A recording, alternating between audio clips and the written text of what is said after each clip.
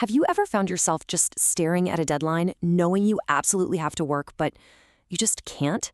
It's that awful, frustrating feeling of having zero motivation, and it's so easy to just label yourself lazy.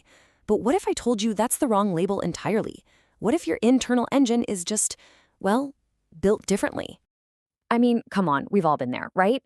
That big project you know is super important just sits there, completely untouched, while you suddenly find a million other things to do. It's a feeling everyone gets, but the reason behind it might be way more complex and, honestly, a lot more interesting than just being lazy. So to figure this out, let's start with a little puzzle. Just think about your own office for a second. I guarantee you've seen these different types of people. They all get the job done, sure, but the way they go about it couldn't be more different. Okay, so which one of these sounds familiar to you? First, you've got the pressure cooker. You know the type. They only seem to hit their groove when the pressure is cranked up and the deadline is, like, tomorrow. Then there's the passion seeker. This person does absolutely brilliant work on projects they love, but can barely bring themselves to work on stuff they find boring. And finally, you have the workhorse. This person is a machine. First one in, last one to leave, just always on, no matter what the task is. And this brings us to the really big question. Are these people just different in their work ethic, or is there something much deeper going on here? Could it be that their fundamental motivational engines are just designed for completely different kinds of fuel? Well, according to one really successful CEO, the answer is a huge yes. He shared this powerful way of understanding people, and the idea is that our motivation isn't some simple on-off switch. Instead, it operates in one of three totally distinct modes. And he breaks it down like this. First, there's survival mode. This is where you'll do pretty much anything just to make ends meet. Then you might move into improvement mode, where you're driven to upgrade your life. A better job, a nicer car. And finally, there's contribution mode, where what really gets you going is being part of a larger mission. The huge insight here is that each of these modes requires completely different kinds of work to feel satisfying. Now, to make this crystal clear, there's this fantastic metaphor that just makes it all click. The difference between the engine you were born with and the driver who's actually in control. So, think of your motivation like a car. The fuel, that's your core emotional drive. It's the raw energy that moves you. And the thing is, it's pretty much innate. You can't change it. But then you have the steering wheel. That's your intellect, your reason. And that is what you control. You can't change the kind of fuel your engine needs, but you can always choose where to steer the car.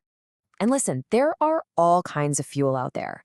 For some people, it's straight up money. For others, it's public achievement or being part of something way bigger than themselves. Some people are even fueled by novelty and surprise. That little dopamine hit you get from the unexpected? The most important point is this. None of these are good or bad. They're just different types of energy. And this just illustrates the whole idea perfectly.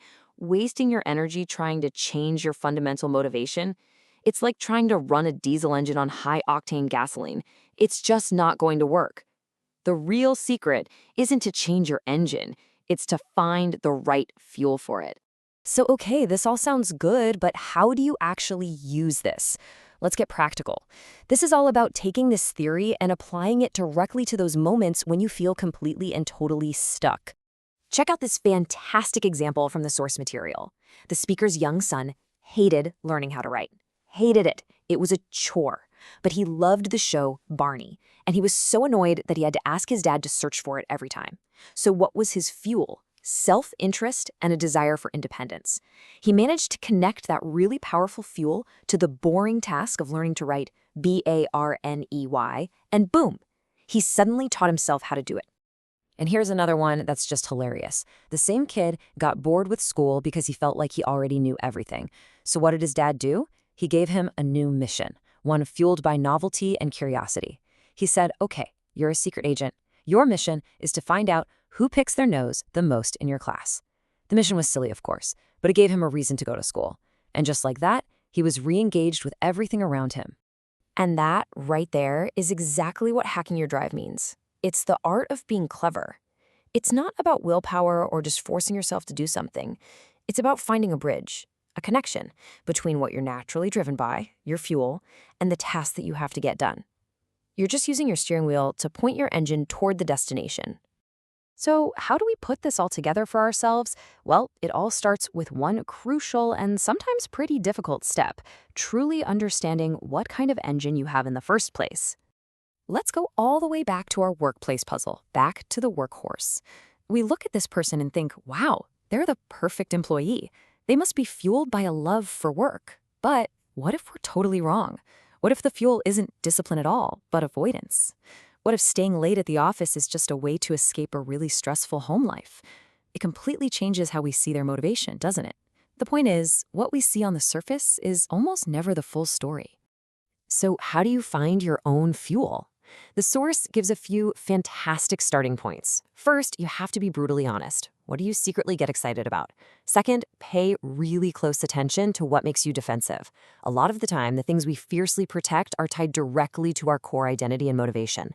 And finally, ask yourself this: what defines your self-worth? Is it being seen as smart, or wealthy, or helpful? Your answer there is a huge clue to what your primary fuel is. And this is the question this entire explainer has been leading to. Is it achievement? Is it security, novelty, contribution? Take a second and really, truly think about it. Understanding this is the first step toward never feeling lazy ever again. Because at the end of the day, it's really this simple. Step 1, honestly figure out the fuel that actually makes your engine run. Step 2, recognize that your intellect, your steering wheel, is always in your control.